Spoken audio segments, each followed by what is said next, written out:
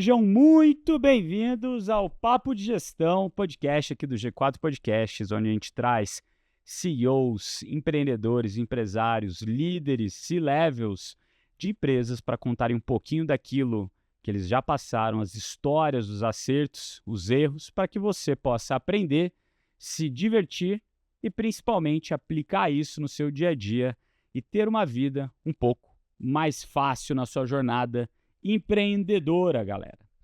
E hoje, nesse episódio mais do que especial, eu tenho o prazer de apresentar ela, que é engenheira de formação, passou por brilhantes locais como o Itaú, GPA, Casas Bahia e a Singu, e está aqui conosco no G4 Educação há mais de 2 anos, né? E ela está aqui com a chave do cofre na mão. Afinal, ela foi nossa CFO, nossa sócia e agora assume como CEO aqui do G4 Educação. Maria Isabel Antonini, a famosa Misa, CEO do G4 Educação. É um prazer te receber aqui no Papo de Gestão, Misa. Muito bem-vinda. Obrigada. Obrigada aí por me receber. Boa. Ó, galera, no episódio de hoje você vai conhecer quem é essa pessoa que nós escolhemos aqui para liderar o G4 Educação nessa nossa missão de se tornar o parceiro confiável de todos os negócios, né? Desde quando você está pequeno até médio e até na sua jornada de crescimento de você, empreendedor e empreendedora brasileiro. A gente vai falar aqui um pouquinho sobre liderança, um pouquinho sobre gestão, sobre tomada de decisão e, claro, compartilhar algumas das boas práticas que a Misa adotou aqui no G4 durante toda a sua gestão aqui como CFO, para que você possa aí refletir e adotar na sua empresa. E sem mais delongas, já começando aqui o papo direto, né? Eu gostaria aqui de destacar, né? A gente vai falar muito aqui sobre a sua trajetória até aqui, né, Misa? Mas como boa parte da nossa audiência quer saber, né? E aí, você vai ocupar essa posição de CEO aqui do G4 integralmente? Sim, sem sombra de dúvidas. Essa resposta, acho que a gente pode dividir ela em três vertentes, né?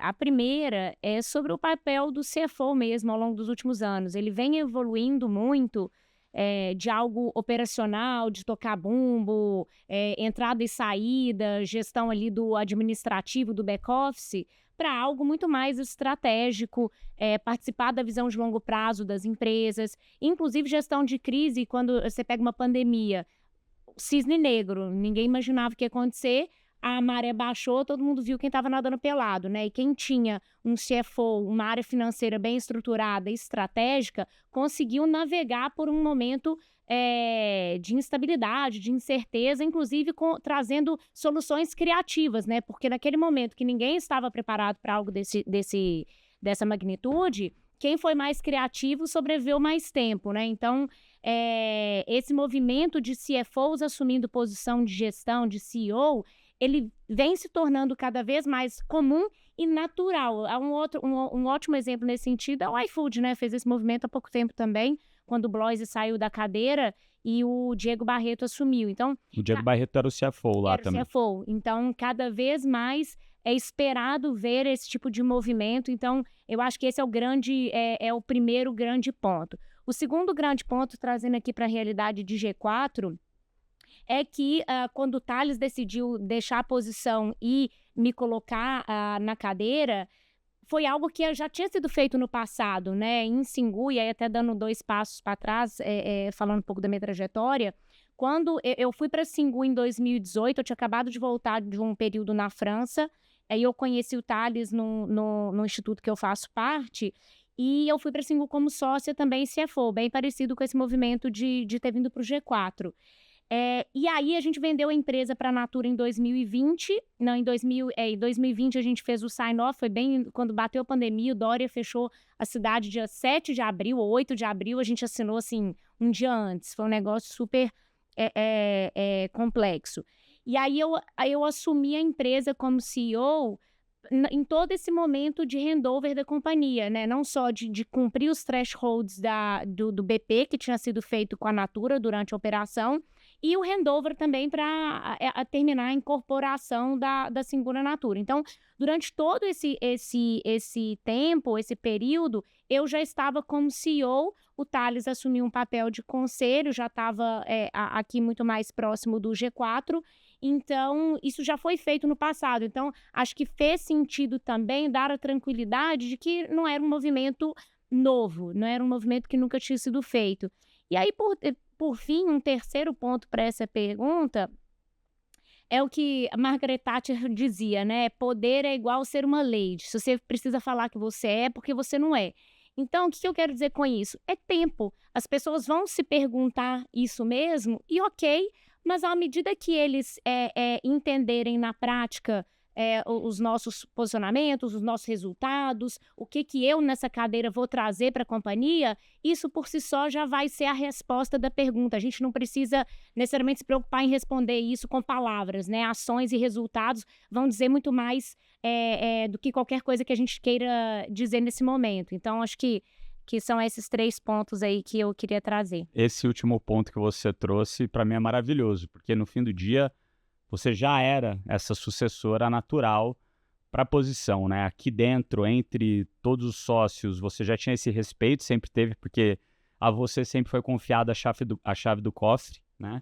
Sempre esteve envolvida em todas as discussões de plano de negócios, de orientação, de orçamento, e sempre cuidou com muito cuidado de tudo isso, né? Então, é o que você disse, se você é um líder e precisa falar que é um líder, talvez você não seja um líder que você imagina ser. Perfeito. E você nunca precisou afirmar isso. Você sempre foi essa líder natural aqui dentro do G4 e sempre foi essa sucessora natural também para a posição. E quando você assume essa cadeira, né, num momento que a gente acaba de definir o nosso planejamento estratégico, né, a gente reafirma o nosso sonho grande aí nos próximos 3 a 5 anos, e eu te pergunto, né, o que te motivou no fim do dia a assumir esse desafio de ser essa nova CEO aqui do G4? Bom, assim, dado o contexto que a gente estava vivendo naquele momento da decisão, eu vi que era o que a empresa precisava que eu assumisse, né?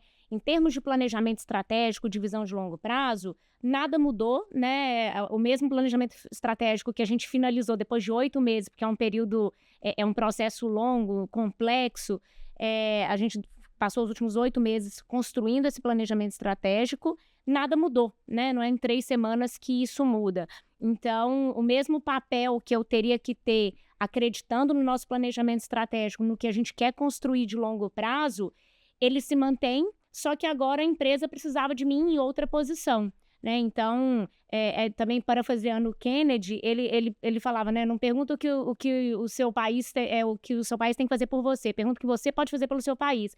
Aqui era a mesma coisa, né? A empresa precisava que eu step up e assumisse esse papel. E do meu lado, eu precisava assumir com convicção, né? Porque se você toma uma decisão dessa com o mínimo de dúvida, o que vai acontecer é que no dia a dia, quando os outros desafios aparecerem, você vai acabar gastando energia revisitando a decisão do que colocando energia em resolver os problemas, né? Então, uma vez que isso se apresentou como uma possibilidade, era isso, né? A gente tem que embarcar de cabeça, com convicção, porque o planejamento estratégico em si, a visão de longo prazo, já estava comprada há muito tempo, né? Porque eu participei dela durante os últimos 8 meses. E você acabou de falar nisso, né? Quando o teu processo de tomada de decisão é um processo que é difícil, porque é uma cadeira diferente da cadeira de CFO, né? É uma responsabilidade ainda maior, um comprometimento ainda maior, não que você não fosse, né? Você sempre foi uma das pessoas mais comprometidas aqui da nossa sociedade. Mas como que foi para você esse momento de tomada de decisão, né? Porque a gente estava ali, apresentou-se como possibilidade, nós, entre os sócios, discutimos bastante, entendemos que era a melhor solução que a gente tinha, mas você, né, na hora que a gente veio te perguntar, e aí, o que você acha do desafio? O que você consultou? Como você ponderou isso?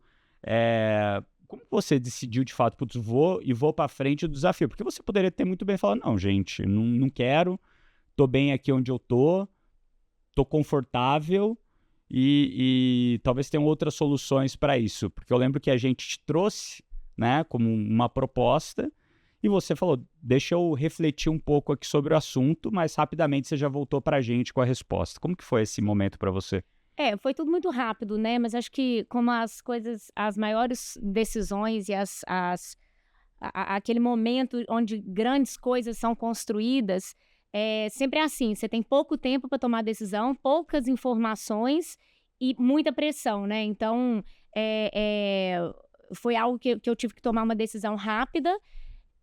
Quem eu consultei imediatamente foi meu marido mesmo como uma construção, né, como o time que somos, eu precisava do buy-in dele ali, isso é uma decisão que influencia não só a mim, mas a família como um todo, né, a dinâmica da família, então, a primeira pessoa que eu compartilhei de fato foi com ele. Grande, Gabriel. É. Monstro, um beijo pra você. A gente te ama, meu querido. O segundo foram vocês, meus sócios, né, eu acho que o ponto crítico de uma decisão como essa é alinhamento, é entender o que vocês estavam vendo da situação, do contexto, das expectativas da posição. E por fim, eu consultei também nesse breve período de tempo, o Napoli, que foi quem foi responsável pela construção do nosso planejamento estratégico aqui no G4, que eu falei, gente, eu tenho pouco tempo para decidir, você está no meio da guerra lá, né? Você tem que pegar poucas pessoas para te dar os insumos necessários. E o Napoli, eu achei que era um bom agregador de todos os pontos, que ele conhecia o negócio, ele passou os últimos 8 meses entendendo o que era o negócio, ele conhecia todos os stakeholders, então para também trazer um pouco dessa visão, e fora tudo que ele já viveu e tudo que ele consegue aportar pessoalmente, profissionalmente falando, né? Então, não à toa ele virou nosso mentor, porque de fato ele tem uma bagagem muito rica nesse sentido. Então, foi a triangulação desses três pontos de consulta que naquele breve espaço de tempo eu tive que analisar, porque, como eu comentei, nem sempre você vai ter todas as informações possíveis, mas é aquilo, né? Quando tá tendo tiro para todo lado, tem gente que corre e tem gente que pula na frente da bala. E eu sou a pessoa que pulou na frente da bala. Era onde eu acreditava que eu tinha que estar enquanto empresa, enquanto missão, enquanto longo prazo. Se era isso que era necessário, vamos embora. E depois a gente vê o como, né? A gente faz o negócio acontecer. Muito bom. Imagino que essa tenha sido, na sua jornada, uma das decisões mais difíceis que você tomou, que você viveu. De fato, foi a decisão mais desafiadora que você já passou até hoje? Sem dúvida. Sem dúvida, mas eu acho que também tem um fator, né? Óbvio, tinha todas as complexidades que você sabe, mas eu acho que também, à medida que a gente avança na trajetória, os problemas se tornam mais complexos, né? E aí, à medida que você consegue superá-los, o próximo sempre vai parecer mais difícil do que o que você visitou, então, do que você viveu há pouco tempo. Então, assim, uma criança com 4 anos aprendendo a somar e subtrair é a coisa mais difícil do mundo para ela naquele momento. Agora, espera chegar na engenharia e ter que fazer integral e derivada, né? Então, naquele momento, eu já vivi muitos problemas e muitas dificuldades, desafios, que naquele momento era a coisa mais difícil do mundo, até o próximo. E até o próximo, e com certeza esse foi o maior que eu vivi até o momento, até o próximo, e assim, pensando no que a gente tem que construir aqui, até fazendo menção ao nosso planejamento estratégico, com certeza esse foi o mais desafiador até o momento, mas sem sombra de dúvida não será o único e nem o maior de toda a nossa trajetória. Muito bom. E olha só, galera, como vocês sempre sabem, aqui no Papo de Gestão, a gente sempre tem um presente para você que está ouvindo aqui a gente. A gente sabe que tomar decisão da mais simples à mais complexa não é fácil e faz parte da rotina de todos os líderes que nem você, que estão escutando aqui a gente. E para a gente te ajudar a evoluir como líder, o nosso time que preparou um material que é um guia de liderança com mais de 40 páginas que mostram para você o passo a passo de como liderar equipes, fomentar a cultura e aprimorar o seu papel aí como gestor.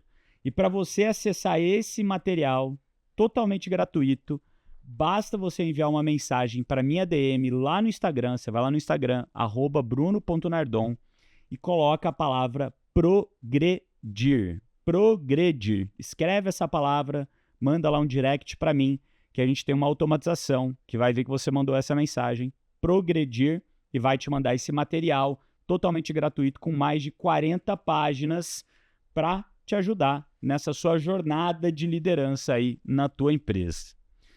Misa, antes de você se tornar o CEO aqui a CEO aqui do G4, você também passou por essa posição na Singu, né? Você acabou de falar. Qual que foi o principal desafio que você passou quando você estava nessa jornada como CEO lá na Singu? E que legado que você deixou na sua gestão lá, depois de acabar de passar o bastão lá para a Natura? Legal. Acho que de desafio, sem dúvida, foi o próprio M&A, né? Isso daí, só isso já gera um podcast por si só.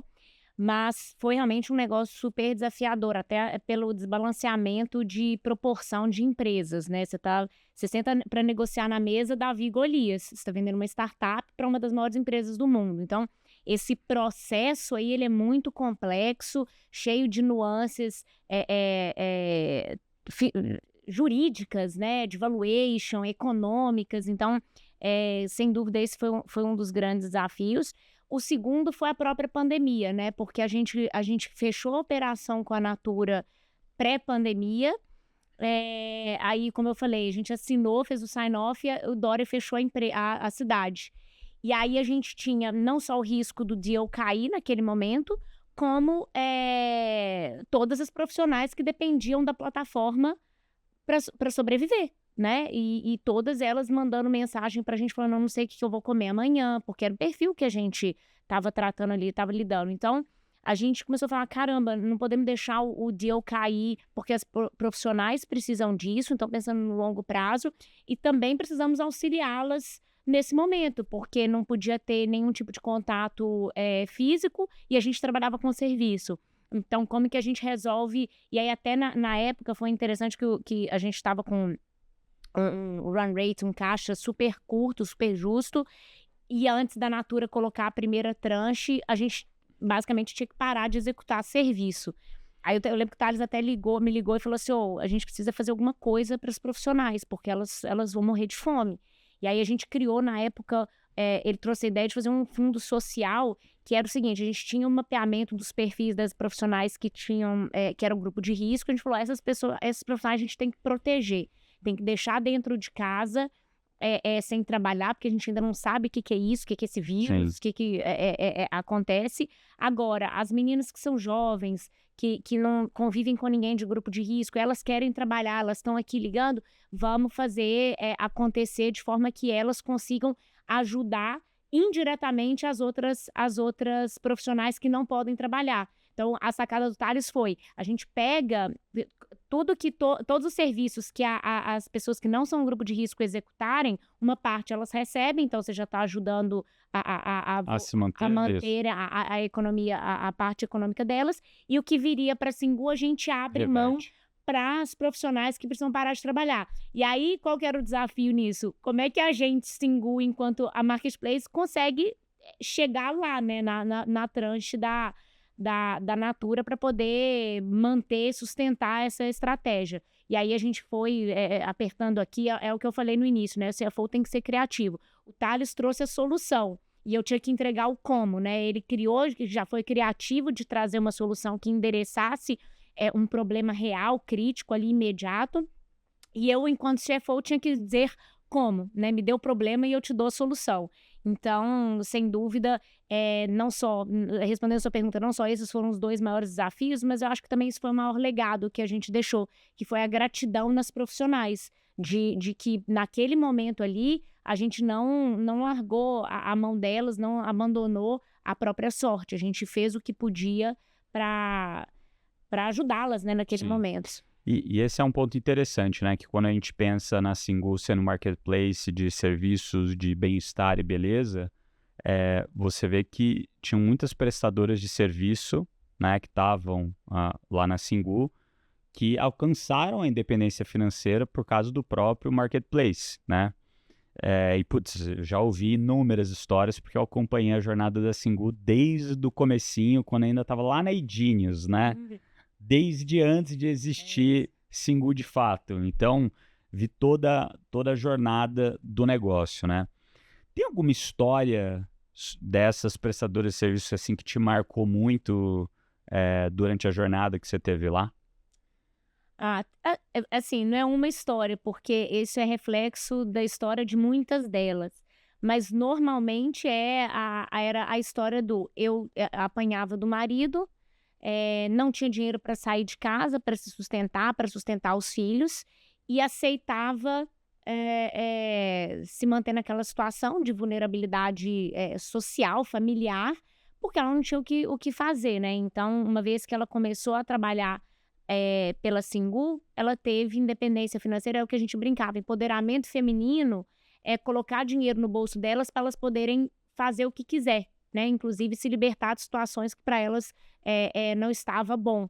Então, diversos casos a menina teve um caso especificamente que ela perdeu o teste num dia, ela agendou e perdeu Para entrar no na Singu. aplicativo. E aí ela quis remarcar, e normalmente a gente pergunta por que faltou, porque ela pega a agenda de outra pessoa e tal. E aí ela explicou, eu ia, mas meu marido descobriu que eu estava saindo escondida de casa para fazer o teste, porque ele não queria que eu trabalhasse.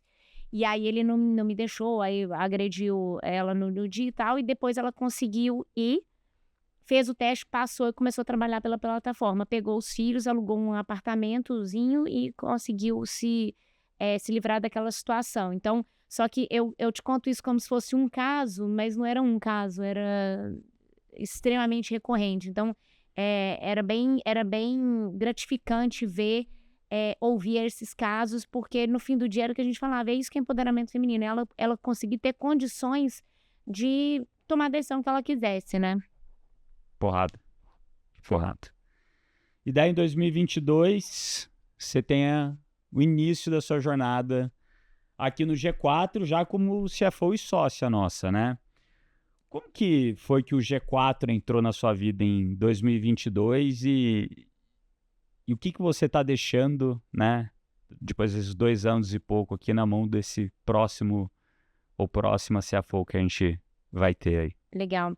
Foi em 2022, né? A gente estava ali na jornada final de handover da Singu para Então você já estava quase 2 anos nesse papel de CEO lá Exato. na Singu. Exato. E aí, bom, como já tinha aquela visibilidade ali, ó, dezembro a gente termina de entregar a companhia, vou ver o que eu vou fazer de próximos passos. E aí, desde julho, mais ou menos, o Thales já começou a me procurar, falando, não, vamos lá pro G4, deixa eu te apresentar um negócio, Eu lembro bem.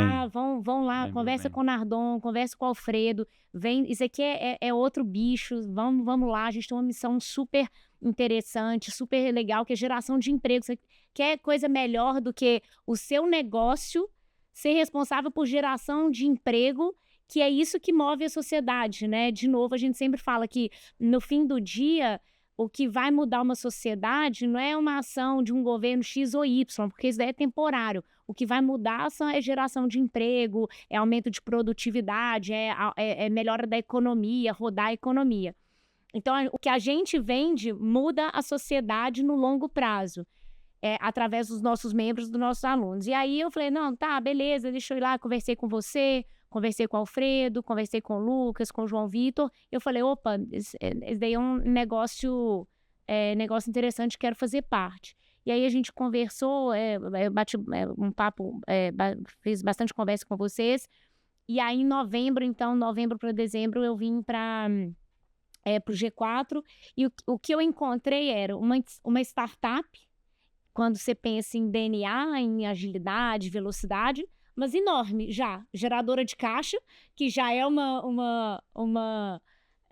já era diferente, né? Uma startup que gerasse caixa, mas mesmo assim uma startup, quando você pensa que era uma empresa muito recente. Então, quando eu entrei, o que eu encontrei aqui era uma empresa carente de processos, ferramenta, governança. Por quê? Vocês, enquanto fundadores, tiraram os primeiros anos para fazer o que vocês faziam de bom, né? Que era validar mercado, tracionar product market fit, tracionar, gerar crescimento, gerar canal.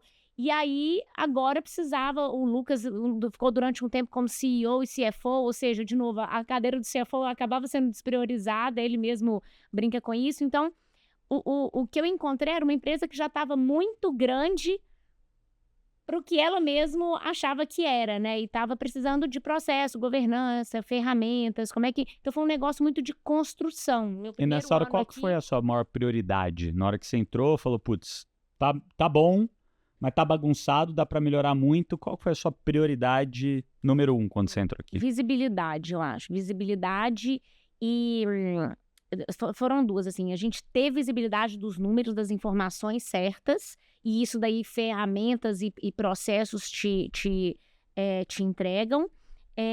E segundo, eficiência, que eu acho que por isso que desde sempre a gente sempre caminhou muito junto, eu e Sim. você particularmente, porque eficiência, né? Como a empresa nasceu geradora de caixa desde o início, o risco é as pessoas começarem a ter cabeça de empresa Empresa rica, né?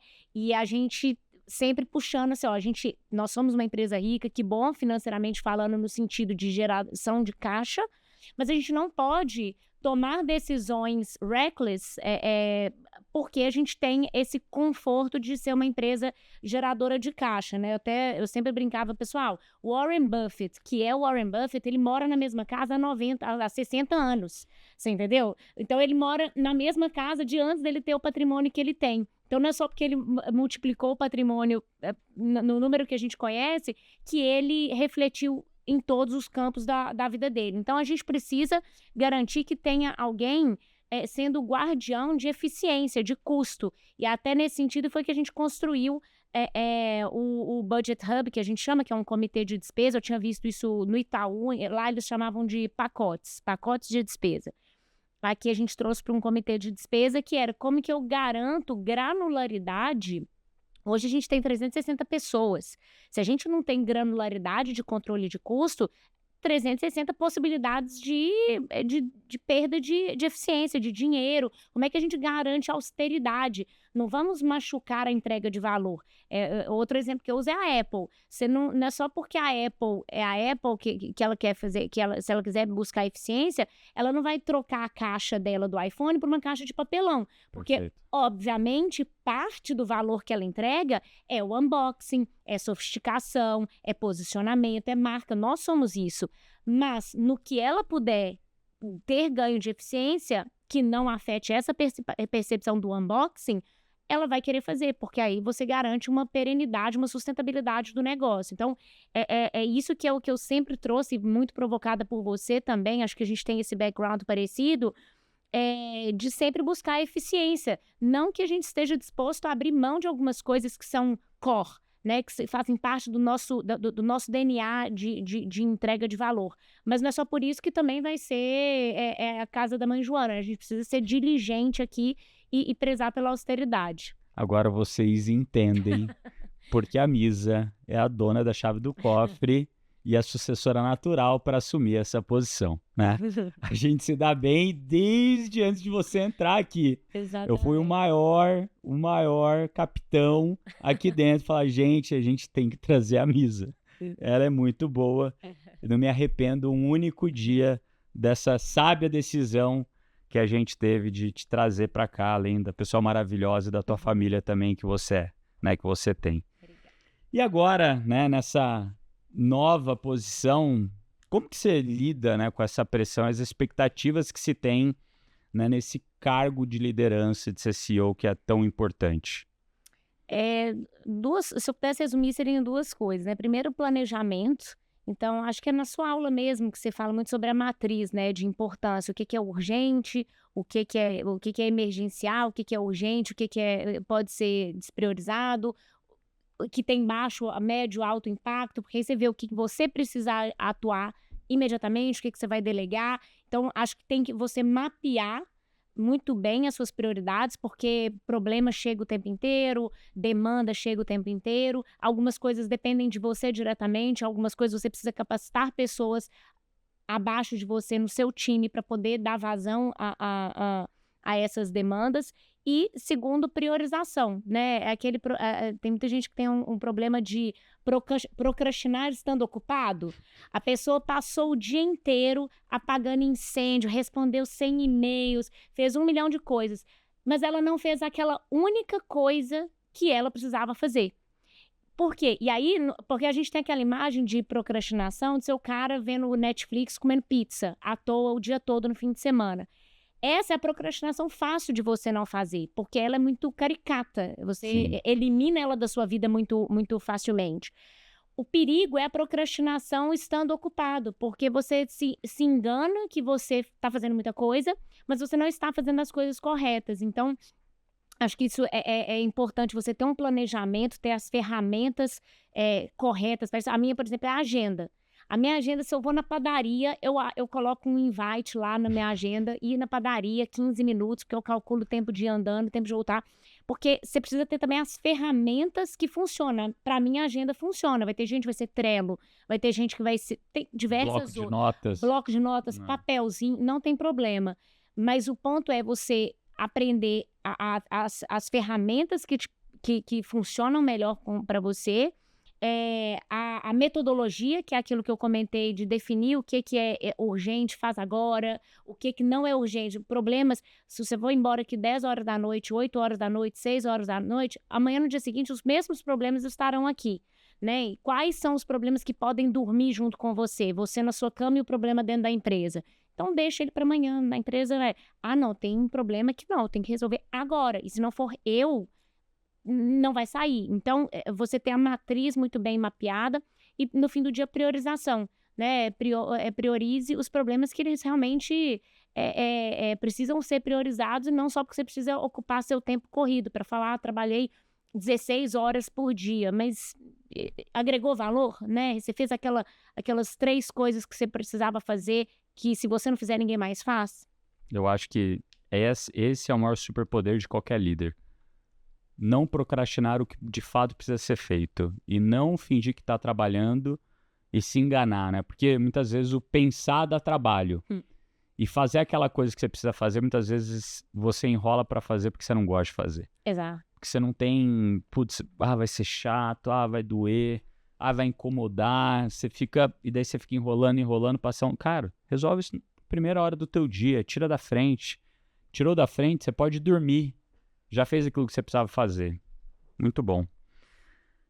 Ainda nessa pegada, qual foi o desafio emocional que você enfrentou ao longo da sua carreira? Qual foi o maior desafio emocional que você enfrentou ao longo da sua carreira e como você superou ele? Emocional? Isso acho que o mais legal aqui foi minha primeira gravidez, porque eu tinha acabado de entrar na Singu. E aí, assim, lógico, já era casada e tudo mais, não foi planejado, só que tinha aquele ponto de que eu tinha acabado de começar a entrar numa empresa, num projeto que era pequeno. Uma coisa é você entrar numa empresa já estabelecida, ali era construção, era uma startup, 2018. E aí eu não conhecia o Thales, eu tinha acabado de entrar numa empresa... assim, X, né? Ainda tava precisando me provar, sabe? Tinha aquela insegurança, tinha que entender numa startup, uma pessoa, não é 1 sobre 1000, né? É 1 sobre 15. Um desfalque tem um peso muito grande.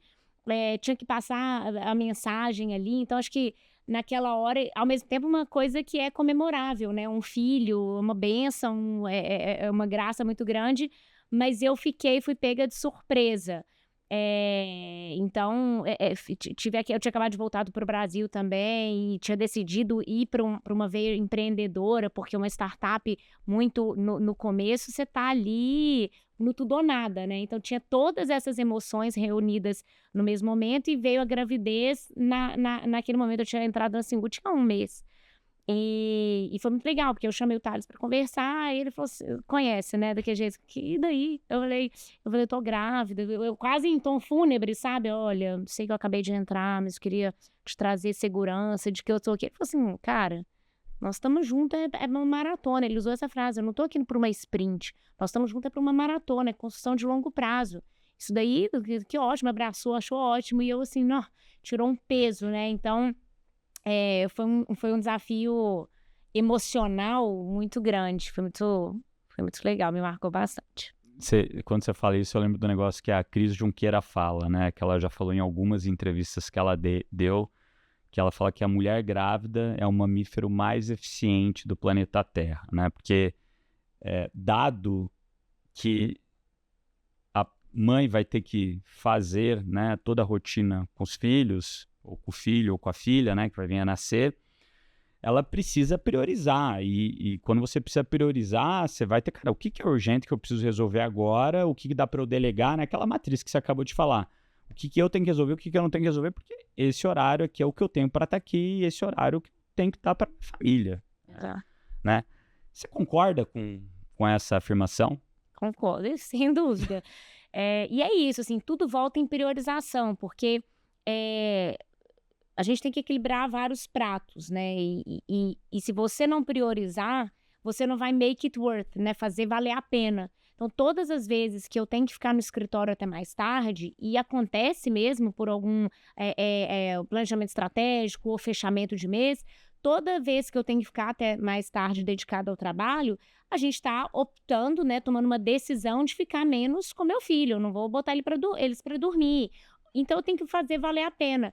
E isso acaba tornando a priorização cada vez mais relevante, porque você vai falar assim, eu não vou ter pequenas ineficiências ao longo do meu dia que possam acarretar em eu ter que ficar 1 hora, 2 horas a mais aqui, porque eu tive pequenas ineficiências ao longo do tempo. Então, meu dia inteiro, eu estou super diretiva e super direcionada a ser eficiente, aí por isso que a Cris traz esse ponto, que nas pequenas coisas ao longo do meu dia, eu vou tendo um efeito compound de ganho de eficiência que me permite ir mais cedo para casa para, por exemplo, colocar meu filho para dormir ou a minha filha para dormir. Porque eu estou focada em priorizar o que eu preciso ser feito sem perdas de eficiência ao longo do dia, né? E aí você vai pegando 10, 15 minutos ao longo do dia, ao longo da semana, isso daí tem um muito efeito. tempo. Exato. Então, eu concordo perfeitamente, é isso. A gente sempre é sobre não ter essas pequenas válvulas de perda de tempo, sabe? Como que você organiza hoje a sua rotina? Que você falou ali que você tem a tua agenda e até para ir na padaria você coloca na agenda que você vai. Como que você organiza? Quais são as dicas que você dá aí para a turma ser mais eficiente, não ficar também empurrando com a barriga e postergando coisas que deveriam ser feitas de maneira rápida? Legal. Eu sempre dou uma passada, assim, domingo eu dou uma passada na minha semana, eu olho a minha agenda, e eu sempre vou tendo esse olhar de toda escolha é uma renúncia. Então, a cada evento que eu vejo na minha agenda, eu falo assim, eu fazer isso está valendo a pena eu não fazer tantas outras coisas? E aí, quando a resposta é não, essa agenda, eu não tenho que estar nessa agenda, eu não tenho que estar nesse compromisso. Você vai lá e derruba ele, ou reagenda, ou coloca alguém para te substituir. Então, é sempre você olhar a sua agenda como um todo durante a semana, tendo em mente que tudo que você precisa fazer, você está deixando de fazer alguma coisa. Inclusive, não só entre coisas de trabalho, mas de família, de saúde, porque além disso, nós que prezamos por alta performance, por esportes, por vida saudável, a gente também tem que, inclusive, encaixar isso. Então, engraçado, uma bagagem que eu trago desde do mercado financeiro, talvez pela minha rotina lá, lá eu almoçava muito na mesa, né? Porque não tinha tempo para pegar, fazer almoço longo. Então, hoje em dia eu uso meu almoço muito como hora produtiva, que não necessariamente é de trabalho. Mas se eu tenho que marcar um médico, eu marco na hora do almoço. E aí eu almoço 10, 15 minutos. Se eu tenho que treinar, e eu não consegui treinar em outro horário, eu vou lá e treino na hora do almoço. Eu uso o meu slot de almoço como algo útil, produtivo. Se eu tenho que fazer alguma coisa da escola dos meninos, eu travo a minha agenda para eu poder fazer aquilo dali que eu preciso executar. Então, eu todo domingo passo a semana e todo dia à noite eu passo o dia seguinte. Porque pode ser que de domingo até quarta-feira prioridades tenham mudado, novas demandas surgiram. Então, também eu vivo um dia após o outro, assim, todo dia à noite eu repasso a minha agenda do dia seguinte e vejo se existe alguma brecha para ganho de eficiência. Por exemplo, isso daqui está na minha agenda, mas não é prioridade, ou alguém pode fazer, aciona as pessoas que possam me cobrir. Então, é importante que você tenha também as pessoas certas nas posições certas para endereçar isso. Muito bom. A maternidade. Então, você hoje tem 3 filhos, né? Que idade que eles têm? 5, 3 e 1. 5 anos, 3 anos e 1 ano. 1 ano e pouco, né? 1 ano e pouquinho, 1 ano e 3 Porque meses. você já tá 2 anos e pouco aqui. Eu entrei grávida, né? E aí eu já tava... Eu tava no meio... Um pouco antes do meio da gravidez. Não, eu lembro quando a gente começou a conversar em julho. Aí foi... Não, aí eu não tava, eu Não acho. tava, foi mais pro fim. Quando eu acertei a vinda, eu já tava de 5 meses, que aí eu falei com o Thales, falei, olha, antes da gente fazer o shake hands aqui, eu preciso Eu só lembro, falar eu uma lembro bem. coisa. Aí ele o quê? Aí eu, olha, tô grávida. Ele, a gente já passou por 2 gestações, a terceira, vambora, você tá doido? Vou te falar a mesma coisa que eu te falei nas outras 2, nós estamos aqui pro longo prazo. E aí eu vim grávida da terceira. E agora, a maternidade te tornou uma melhor executiva ou não? Quando você se compara lá antes de 2018, antes de ter tido teu primeiro filho. Sem dúvida. Eu sou muito mais diligente, é isso, sabe? É mais objetividade, prioridade. A gente precisa fazer... Primeiro, eu acho que a gente começa a relativizar muita coisa na vida, né? O que antes a gente achava que era problema, cara, não é problema, sabe? Isso daí é percalço de dia a dia. Você relativiza até o que é problema, o que tem que tirar seu sono, né? De verdade. É o que eu falei, tem problema que vai estar aqui amanhã de manhã. Você entendeu? Você vai conseguir dormir e a empresa vai dormir com esse problema, porque amanhã ele vai estar aqui do mesmo jeito. Então, você coloca em perspectiva muita coisa e você consegue ser mais objetivo também nas suas ações, mais focado e mais direcionado. Então, sem dúvida, me tornou uma executiva mais completa, sabe? E alta performance, né? Com mais alta performance, porque a gente precisa dar conta de tudo. E tudo bem, né? Vamos lá, vamos partir. Por isso que, também voltando no início da nossa conversa, quando aparece, é o que eu falei, tá indo tiro para tudo quanto é lado. Você já tá tão acostumado a enfrentar o que vier, que aí bora, vamos lá, depois a gente vê o como. Precisa ser feito, vamos fazer. Nossa, quando a gente fala de maternidade e paternidade, né? Eu acho que são visões diferentes sobre a mesma coisa, né? Porque eu costumo dizer que a mãe vira mãe desde o momento que sabe que está grávida. E o pai, para virar pai, demora ali... Não é na hora que nasce. Na hora que nasce, né? Na hora que está grávida, não virou pai ainda. Na hora que nasce, você começa a se dar conta de, poxa, né? Mas, pelo menos para mim, eu virei pai com 6 meses. Meu marido fala a mesma coisa. Putz, com 6 meses eu virei pai, que daí a criança começa já a reagir, responder, né? daí você começa a interagir, daí você fala, caramba, né? Virei pai. E quando eu fiz essa pergunta para você, né, se a maternidade te tornou uma melhor executiva, eu vejo que para os pais, né, aqueles que querem também participar mais da criação dos filhos, para mim foi uma mudança completa do meu mindset, porque assim, antes eu não tinha hora para chegar e hora para sair, nem fim de semana que eu trabalhava, eu não trabalhava. E por isso eu também acabava sendo muito menos eficiente no trabalho do que eu deveria ser, porque eu não tinha nenhuma condição de contorno naquilo que eu tinha que fazer no dia, eu não tinha nenhuma restrição, porque putz, eu não estava fazendo esporte, já estava casado. Então, quando você olha todas as condições de contorno ou restrição, e o combinado com a minha esposa também sempre foi executiva, sempre trabalhou bastante, era, fim de semana a gente fica junto, à noite, se a gente chegar, o outro estiver acordado, dá um beijo, conversa um pouco e tá tudo bem. Mas, cara, na hora que o filho veio, minha cabeça girou, assim, virou de ponta cabeça, cara, mudou, agora eu vou precisar pegar um pouco mais leve na intensidade do trabalho, que nem você, me ajudou muito a priorizar, né? Eu acho que um ponto interessante disso também, que impacta, inclusive, em como você absorve a pressão e como que você passa ela para frente. Porque, assim, quando é só, né, marido e mulher, você chega de um dia cansado, estressante, pode ser até que aconteça de um descontar no outro, porque é adulto para adulto é quase, você vai lá e responde mal, ou tá nervoso. Só que quando você chega em casa e tem 3 crianças, eles não têm nada a ver com nada, né, coitados? Eles nem sabem do que a gente tá falando. A gente tá sentado na mesa de jantar, mesa de jantar, depois de um dia super estressante, meu filho fala assim, mamãe, você acha que é mais rápido o Sonic ou o Flash? Aí você fala assim, caramba, é realmente esse tipo de preocupação que tá na cabeça dele. E aí você fala, eu tô aqui pensando tanto de coisa, e você tem que saber processar os seus problemas, a sua tensão, a sua pressão, digerir, conviver com ela e sem passar pra frente, porque não tem condição de você derramar isso em 3 crianças que a preocupação dele é que é mais rápido ser o Sonic ou o Flash, entendeu? E você ainda tem que pensar na resposta, porque também você tem que mostrar ali que você tá na autoridade do conhecimento. Agora, igual que eu falo para minha esposa, né? Casamento tem altos e baixos e você tem discussões e sempre que eu digo é que pai e mãe não brigam na frente dos filhos, né? Ou não discute na frente dos filhos. E também, né, sempre que o filho vem testar a mãe, depois vai testar o pai e vice-versa, para ver se alguém cede, pai e mãe tem que estar muito alinhado.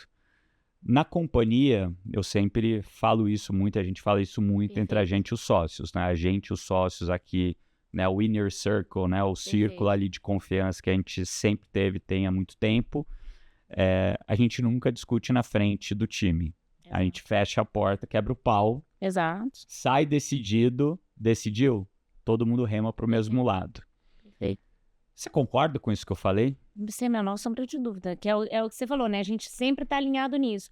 Porque, de fato, a gente precisa, no caso das crianças que eu comentei, eles estão lá focados no que para eles é problema. E no caso do meu filho era se o Flash ou se o Sonic é mais rápido.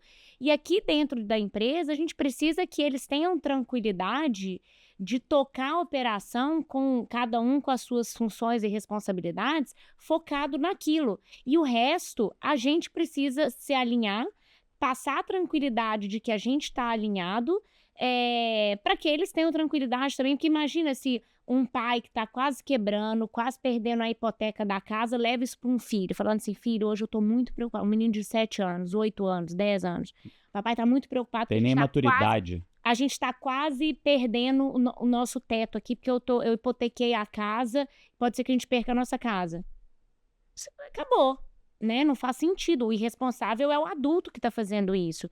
Então, quando a gente pensa na empresa, a gente precisa garantir que as pessoas tenham tranquilidade para focar nos desafios delas, porque cada um está com o seu dia a dia ali, já com desafios o suficiente, que eles precisam olhar para a gente e garantir e ter a tranquilidade de que a gente está alinhado no comando, mesmo que da porta para dentro ali da sala, a gente ainda está quebrando pau, que é um negócio até que a gente viveu no nosso planejamento estratégico. No planejamento estratégico, nós, enquanto sócios, enquanto liderança, a gente tinha ali 80% do caminho alinhado, né? Porque, obviamente, senão a gente não estaria numa sociedade. Mas tinha 20% ali que, se você conversasse com você, era um caminho, com o Thales era outro caminho, o Alfredo era outro caminho, era aquele 20% ali que é direcional. 15 para a direita, 15 para a esquerda. Exato. 80% a gente não tinha problema. A gente obviamente, não tinha o Nardo achando que a gente ia terminar vendendo pizza,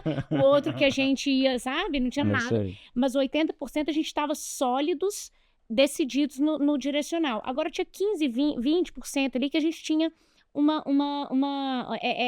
acha que é melhor isso e tal. O planejamento estratégico veio para falar assim, pessoal, esse é o nosso 100%.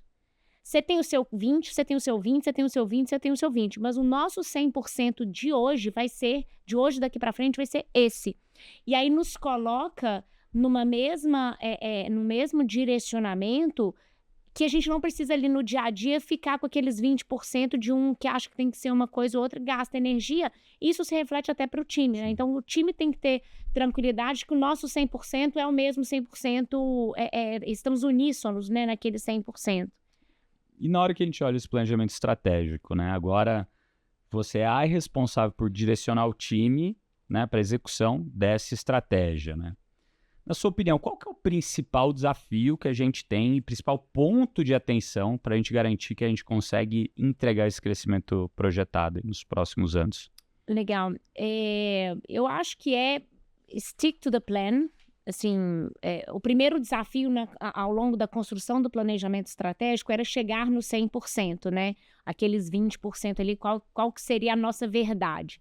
Uma vez que a gente definiu, o desafio é a gente stick to it, né, até o final, se manter firmes, né, no que a gente desenhou como planejamento estratégico da companhia. E isso envolve a gente conseguir dizer não para coisa boa para focar no ótimo. Porque a oportunidade boa, a gente sempre fala aqui entre nós, ela aparece aos montes, ainda mais com uma base qualificada como a gente tem, os nossos alunos, os nossos membros, os nossos canais, eles são muito qualificados e muito férteis para qualquer coisa que a gente queira semear, queira plantar.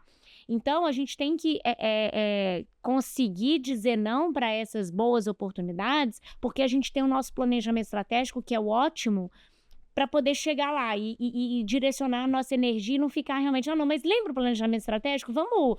Eu sei que a gente definiu lá, mas, nossa, isso daqui tá muito... É um filé mignon que chegou aqui, a gente precisa... Então, realmente, a gente conseguir... o nosso desafio é stick to the plan, e seguir firme na direção que nós, naquele momento, definimos.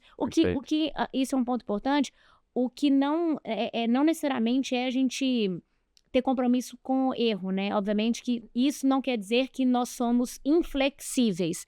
Claro, mudou alguma coisa, mudamos alguma definição, mudou o cenário, alguma externalidade. Beleza, vamos sentar, revisitar o planejamento estratégico enquanto sociedade e ver aqueles 20%, se eles permanecem 20%.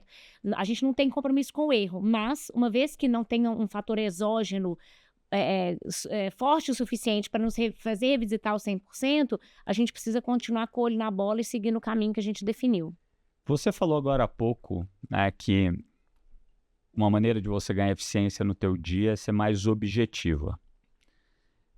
E eu vejo que tem muita gente no time, às vezes, né, que quando você é objetivo no tema e corta, às vezes, o small talk, a conversinha de corredor e tal, elas ficam meio chocadas, né? Porque, vamos lá, vamos resolver. Vai.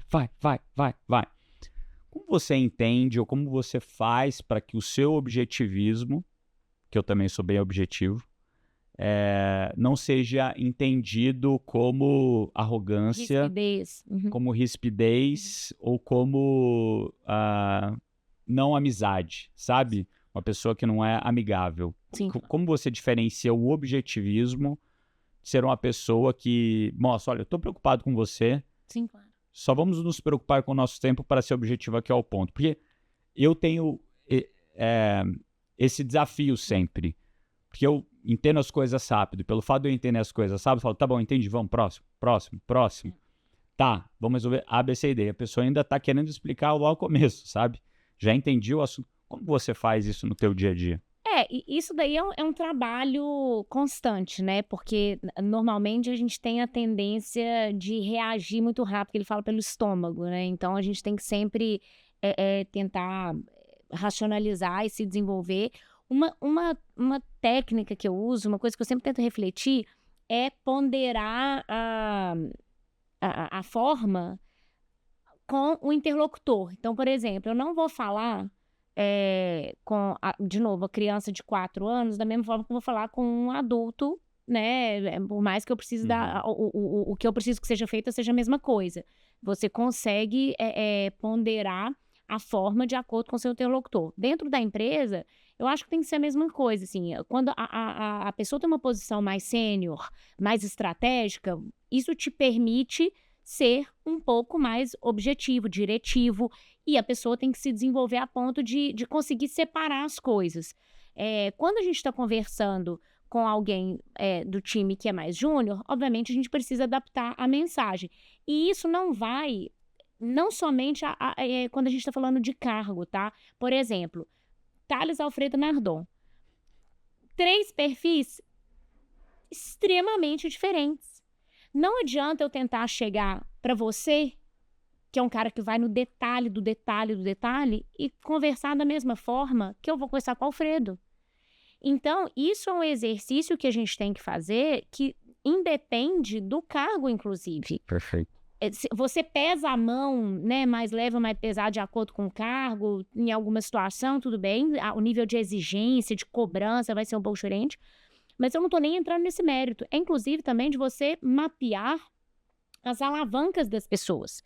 A alavanca para te convencer, para te explicar alguma coisa, é objetividade, ao mesmo tempo com profundidade, que é o que você falou, que não vai ser uma resposta, você tem que ir com números, você tem que ir com detalhe, mas também não adianta demorar muito tempo, que é o que você falou, você já pegou, você já está lá na frente. Com o Alfredo é outra coisa, com o Thales é de outra forma. Então, é um desenvolvimento que a gente tem de quais alavancas movem cada uma das pessoas. Quando eu estou fazendo um all hands, ou eu estou dando uma mensagem para o time de 30 pessoas, eu estou analisando a reação de cada um deles. Se eu estou dando uma mensagem dura, eu estou olhando o rosto de um, o rosto de outro, e estou vendo algum incômodo, você vai lá e faz uma piada com fulano para poder aliviar. Você vê que alguém está distraído, você pergunta alguma coisa. Isso tudo são... quase soft skills, desenvolvimento de soft skills mesmo, da gente estar sempre mapeando o ambiente e as pessoas para lidar com elas de acordo com as alavancas que movem uma e outra. Acho que mas é um desafio, concordo que eu mesma às vezes também tenho esse desafio, que a gente é bem parecido nesse ponto. Boa. Agora, Misa, o G4 com uma mulher CEO, o G4 virou uma empresa woke? De forma, a resposta dura e crua, de forma alguma. Isso aqui, gente, é igual aquela primeira pergunta, né? Eu entendo a percepção e brevemente todo mundo o tempo vai mostrar, né? Mas isso aqui é um movimento de continuidade, né? Quando a gente fala cultura, esse movimento aqui tem que ser visto e será percebido muito rapidamente como uma continuidade. Eu não estou não é uma pessoa vindo do mercado, de fora da empresa, que ainda tem essa variável de o que será, é da nossa cultura, não é? Eu estou aqui há 2 anos, há mais de 2 anos. Você ajudou a fazer a cultura do G4. Eu ajudei a construir a cultura, né, caminhando junto com o G4. Então, essa variável de ela vai fit ou não fit, vai encaixar ou não vai encaixar, não existe nesse contexto, porque eu já estou aqui há 2 anos e meio, já estou fazendo parte da construção, então, com tranquilidade, eu consigo responder que não. Cara, uma das informações que mais repercutiu aí quando a gente comunicou que você seria a nossa nova CEO, né, foi a sua admiração pelo Paulo Guedes, né? O que é o Paulo Guedes no seu ponto de vista? Olha, é engraçado, né? O Paulo Guedes é um grande empresário, né? Só que, se você pega uma timeline de jornada profissional dele, é esse tamanho, eles pegam só uma pequena fração que é do governo. Por quê? É o que repercutiu mais, que tem mais visibilidade no mercado. Mas se você pega a trajetória profissional dele e o nosso ICP sendo empresários, a parte do governo ela é quase irrelevante, né? O patrimônio dele ele construiu, não foi nessa pequena fração da jornada dele. Então, de fato, é um empresário admirável, tudo que ele construiu. O nosso ICP, sendo empresários, ele se torna uma referência. E aí, a parte do governo é uma pequena fração que a gente pode até desconsiderá-la em qualquer discussão e mesmo assim passar horas falando quão grandioso foram as coisas que ele construiu. Cara, ele é um cara assim que desde lá do começo, cara, pactual, antes do pacto, cara, é uma história de construção. E as pessoas esquecem, você vê? Esquecem tudo que ele fez antes, cara, o tanto que ele fez pela educação no Brasil, a crescer, que a gente, cara, é uma loucura, né? Para a gente finalizar essa rodada aqui de perguntas, antes da gente ir pro bate-bola, uma pergunta importante. Você se considera feminista? Não veio polêmico. Eu vim polêmico hoje. Na sua opinião, qual que é a forma mais eficiente para garantir mais autonomia e empoderamento para as mulheres? Tá.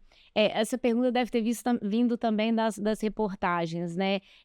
Como eu disse num podcast antigo e reafirmo, não sou, porque eu acho que o termo ele virou algo muito vinculado a uma militância, a um coletivismo. E para mim, quando você quer ajudar alguém, a menor minoria é o indivíduo.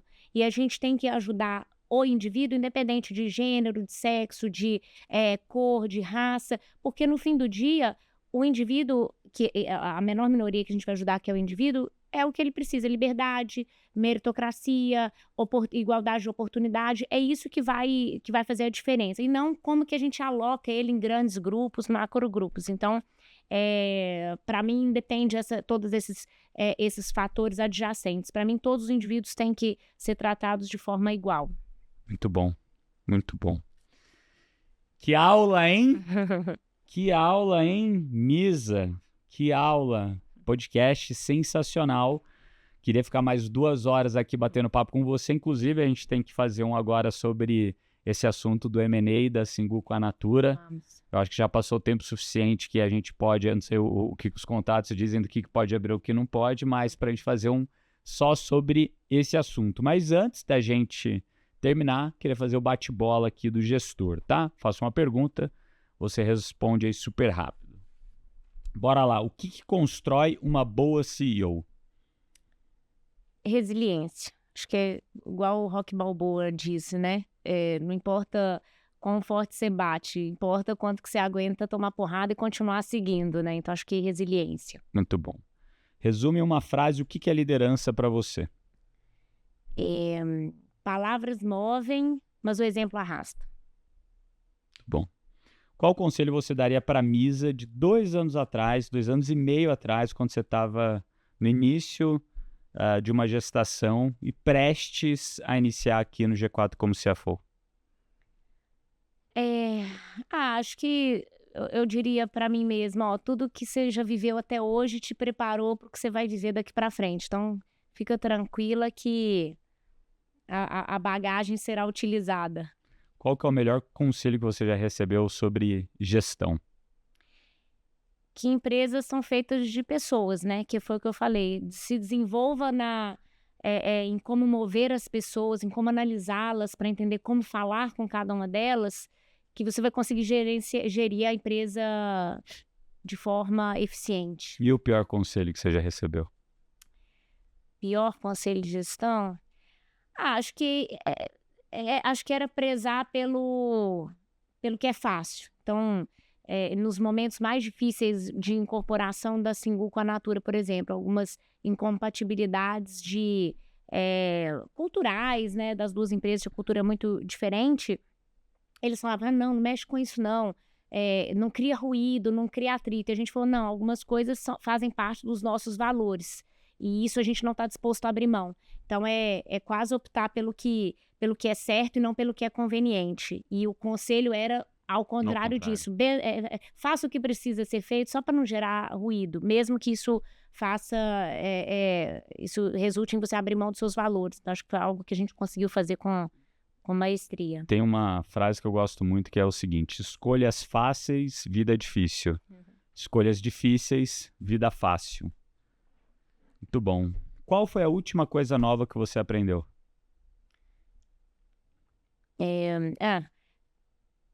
Acho que o que recentemente eu aprendi foi que sorte é quando oportunidade encontra preparo, né? Foi algo que eu aprendi para...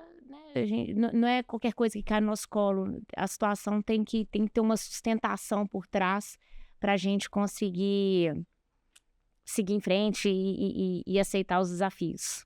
Muito bom.